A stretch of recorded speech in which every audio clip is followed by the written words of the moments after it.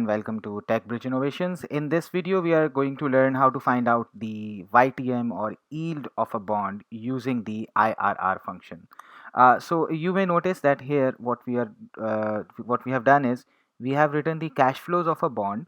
So here 0, it's minus 1080. That means you are paying $1,080 to buy that bond, and you will get $100 each year for the next 10 years, and then in the 10th year you will get 1000 back. So we can extract some information like the price of the bond today is 1080 and the maturity value is 1000. That's why we are getting 1100, and 100 is the coupon payment.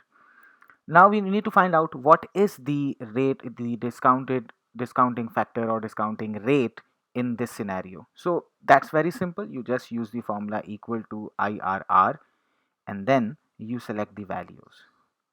So we will select these values and then press enter. So 8.77% is the yield rate or the YTM.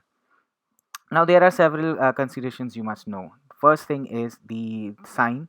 The outflow must be negative and inflow must be positive. And the other thing is that the payment frequency must be uninterrupted. So that's what happens in case of bonds.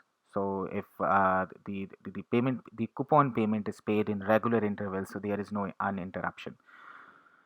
So there is no interruption. So we can find out the YTM of any bond using the IRR function. There is another method as well, the rate function, that we will learn in the next video.